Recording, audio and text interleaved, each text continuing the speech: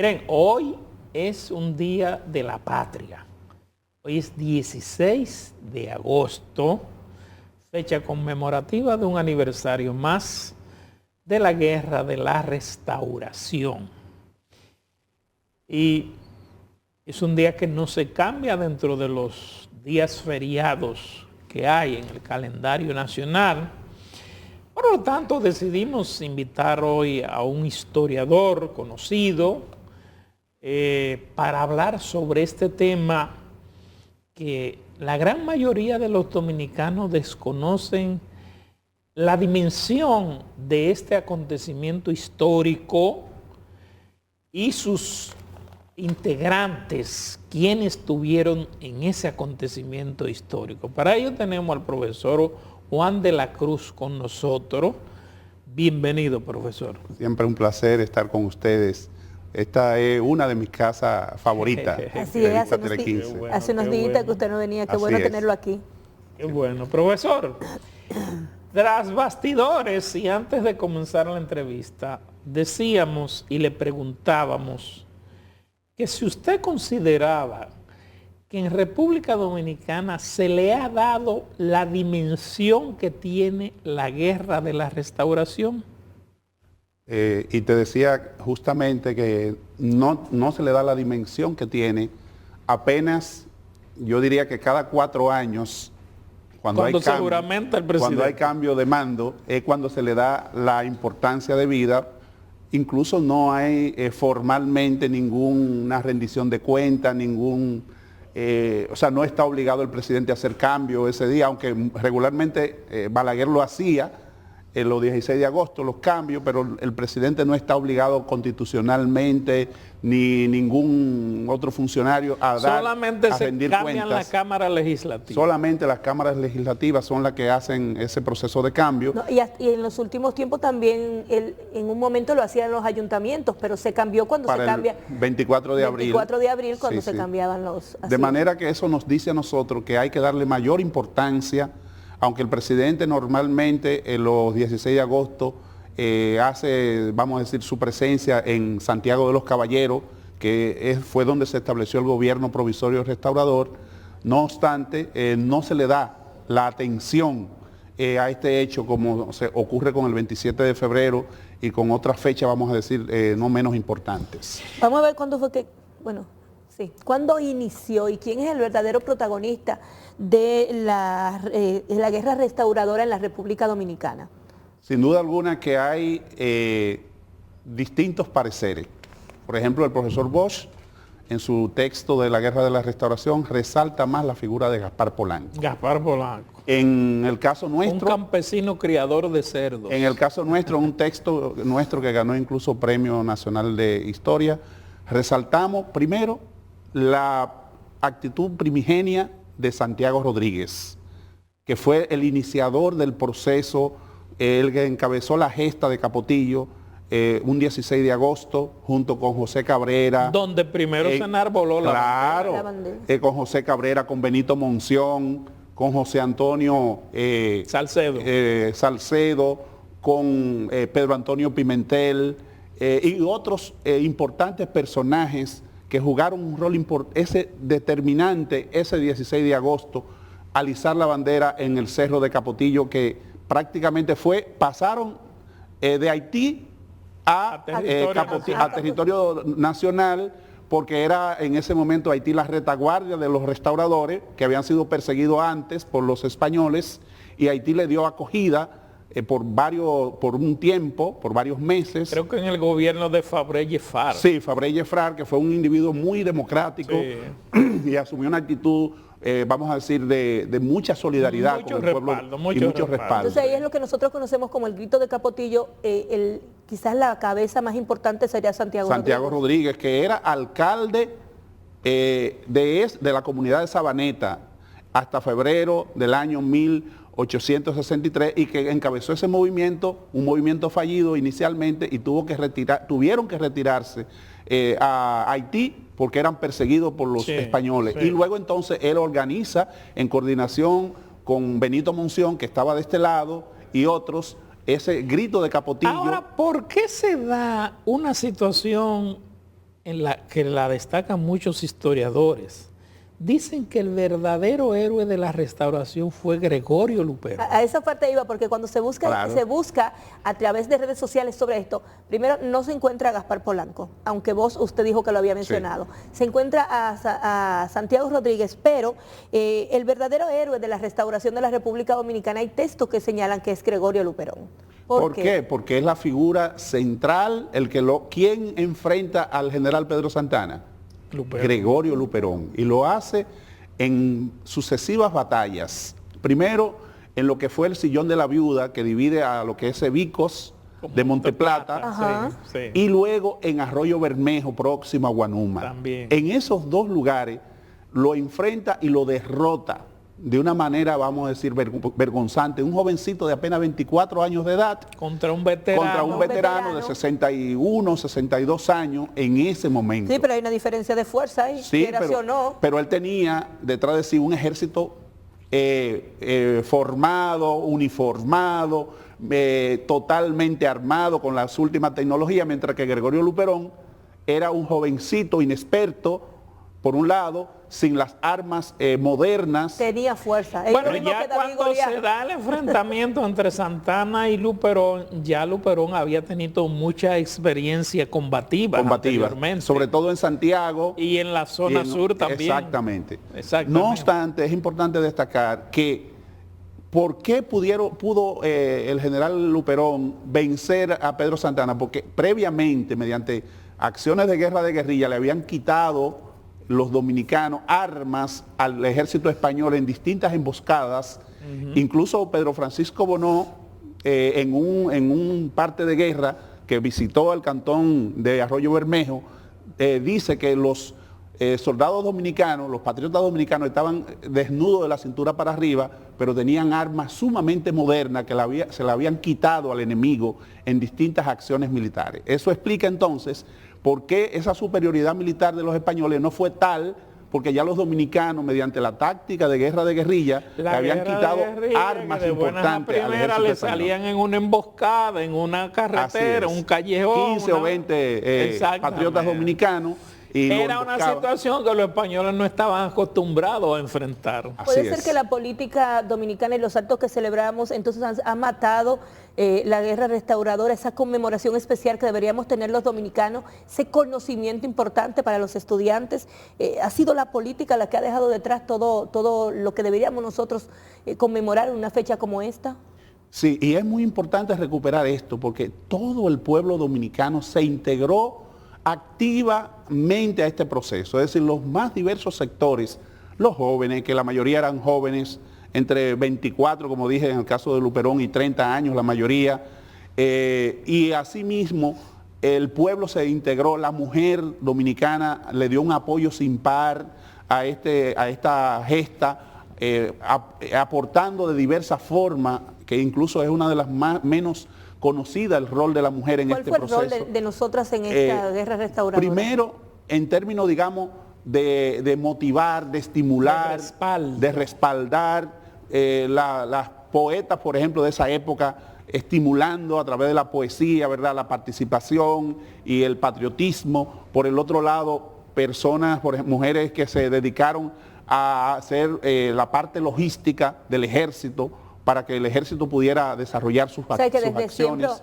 Desde siempre la participación de nosotros ha sido importante, sí, aunque no se resalte quizás como se conoce a Gregorio Luperón o se hable de Santiago Rodríguez. Sin duda alguna, la mujer tuvo un rol muy trascendente en este proceso y de igual manera hay que destacar el rol, por ejemplo, que tuvieron los militares progresistas, que muchos de ellos se dieron cuenta de que Santana le había engañado, lo colocó incluso a generales en el área de reserva, en lugar de darle la prioridad, como es el caso de Gaspar Polanco, que había sido un general de la independencia y fue relegado a lo que fue la reserva del ejército español.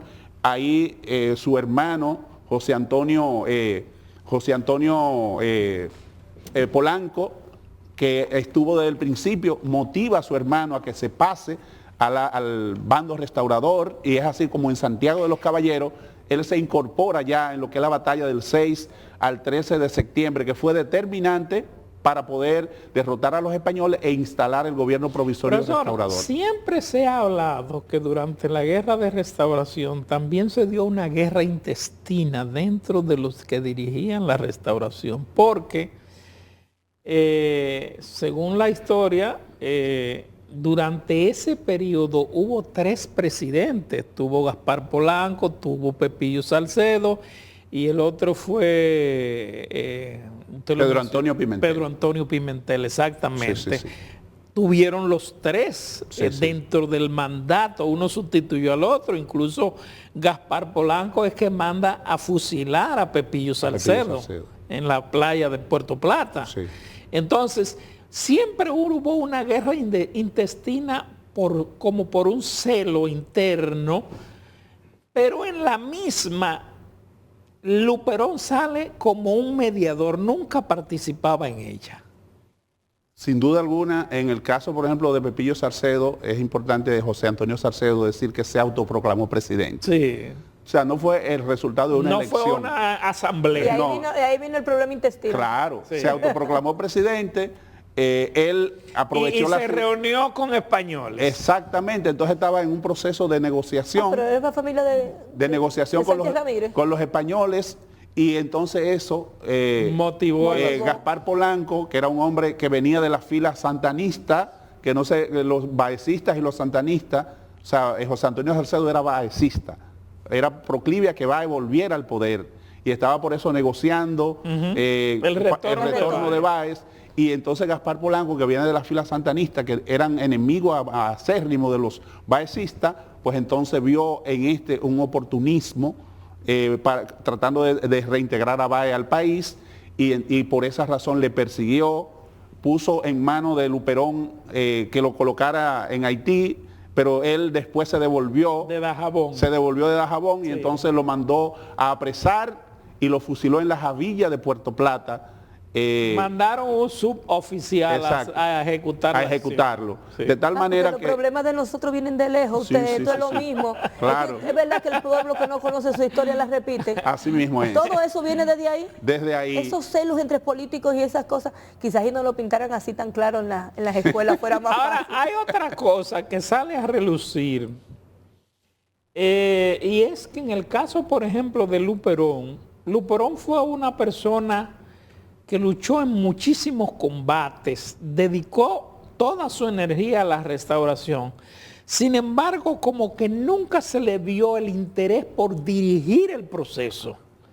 Eso es lo importante de este héroe, que es importante resaltar y destacar. Es un seguidor del ideal duartiano. Exacto. A capa y espada. Es importante buscar el texto de Manuel Rodríguez Gil. Los 2 tomos de Manuel Rodríguez Gil lo señalan claramente. Hay ahí una carta que Luperón le manda a su compadre Benito Monción, donde dice, nosotros tenemos que hacernos conscientes de la situación que estamos padeciendo, donde personas, vamos a decir, de último momento, se han tomado la comandancia de la guerra y quieren desplazar a los verdaderos patriotas. Nosotros no podemos permitir que ocurra lo que ocurrió con Duarte, Sánchez, Mella y los trinitarios, de que personas advenedizas de último momento desplazaron a los trinitarios, y lo propio quieren hacer algunos, refiriéndose a Pepillo Salcedo y a otros, que se sumaron al proceso a última hora y fueron los protagonistas principales de los acontecimientos. Entonces él ahí alertaba a su compadre Benito Monción de que ellos no podían permitir que ocurriera lo mismo, y por eso tenían que dar un paso al frente para mantener, digamos, la llama de la libertad y de la independencia en primer plano respecto de lo que querían hacer otros. Bueno, que precisamente a Manuel Rodríguez Gil lo fusilaron. Lo fusilaron, sí. Hemos sido tímidos en enseñar la historia, y le hago la pregunta basada en que nosotros, a cualquier estudiante, primaria, secundaria, es más, hasta nosotros mismos, que ya tenemos un tiempo viviendo de nuestra profesión, nos hablan de héroes en la República Dominicana, héroes pasados, y nosotros siempre vamos a hablar de los trinitarios, vamos a mantenernos siempre en ese mismo grupito que nosotros entendimos que nos dio la libertad. ¿A dónde ha fallado la educación dominicana para reconocer el aporte que hicieron también estos hombres que quizás nos acordamos de ellos cuando pasamos por su calle. Coge la Luperón, o sube por la Gaspar Polanco, o no hay una historia que te hable constante del trabajo que hicieron. Eso tiene que ver, y lo hemos hablado en otras ocasiones justo contigo, Claro. Ana Macy, de que tiene que ver con el currículum que tenemos. Se ha desterrado la historia patria del currículum de los distintos niveles educativos, damos, incluyendo el universitario. En el caso, por ejemplo, de los niveles primarios y secundarios, prácticamente antes, en cuarto, quinto, te daban historia patria. Sí. Y luego en séptimo, octavo volvían de nuevo. Pero eso... Hacíamos careo. Claro, en historia. eso ha sido desterrado por sociales, y en sociales el profesor un poco le da un chin de esto, un chin de lo Porque en otro. sociales lo que no hablan, lo que hacían los indios, ese tipo de cosas. Y lo menos que dan es historia patria. Me llama la atención un asunto, y es que de los padres de la patria que designó Lili ante una propuesta del Congreso, decidió no escoger uno, sino tres. En abril de 1892. Nosotros tenemos 3 en todo. Exacto. Entonces, resulta que de los padres de la patria, los que lucharon por la separación de Haití, solamente 2 pudieron participar en la guerra de la restauración, que fue Mella y Duarte. Porque ya habían fusilado a Sánchez, ¿verdad? Sí. A Sánchez lo fusilan en el 61.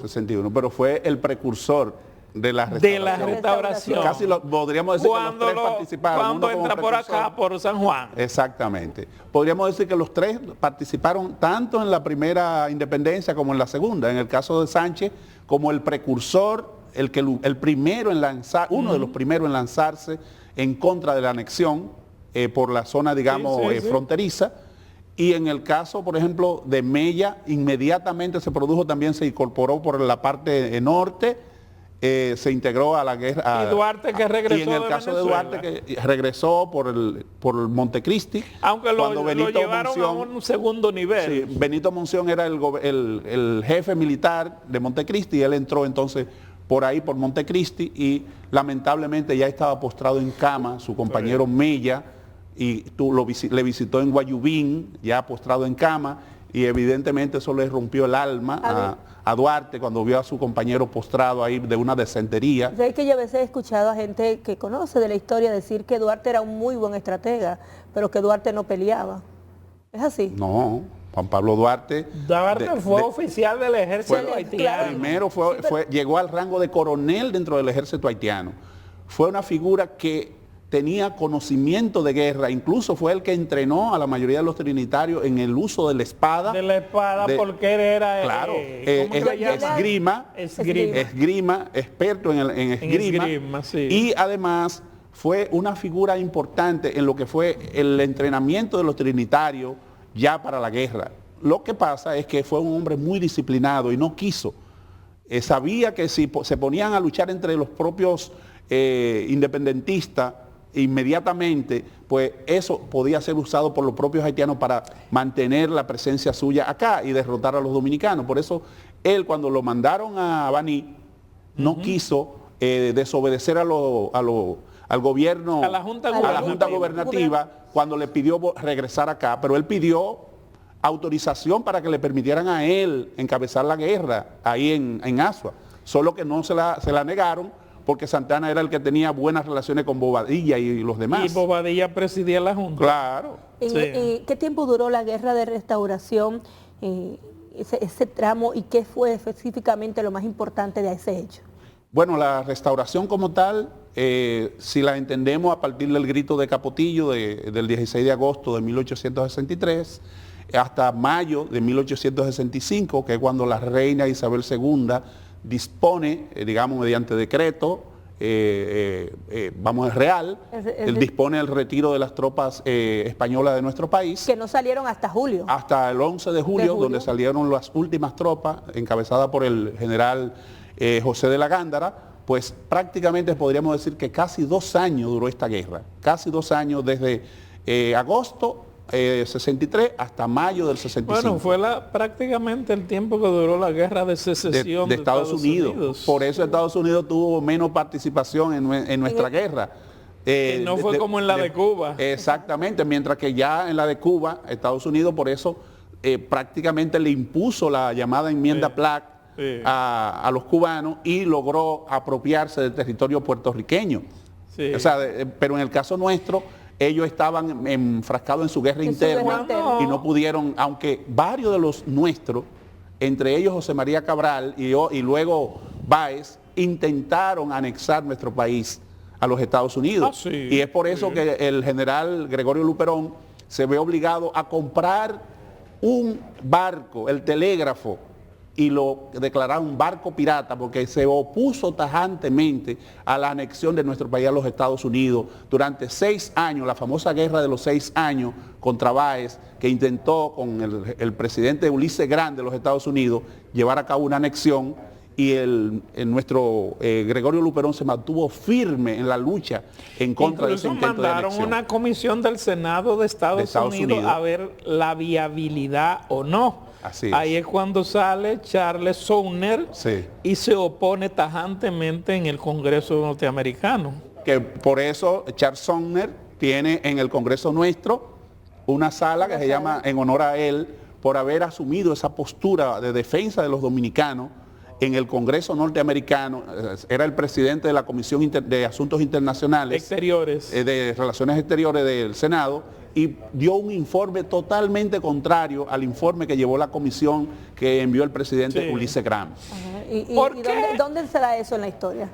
Eso se refiere de manera muy somera, pero sin duda alguna, por ejemplo, por eso Pedro Enrique Jureña dice que donde ya el pueblo dominicano demostró claramente su madurez fue en esa acción de 1873 contra Báez, donde demostró que quería ser un pueblo libre, independiente y soberano. Finalmente creo que Luperón gobernó como por 1 año, 6 meses, entre el 79 y 80, ¿verdad? Septiembre de 1879, septiembre de 1880, donde hizo un gobierno totalmente democrático, ejemplar, saneó las finanzas públicas en ese periodo, primera vez que Puerto Plata fue sede del gobierno. Quizá el único error en su vida fue haber enviado a Ulises Heró, haber enviado a Ulises Heró a representarlo en Santo Domingo mientras él gobernaba desde Puerto Plata. Y Ulises hizo lo que tenía que hacer. Se apropió del poder, le gustó el poder y buscó la manera de luego... Si usted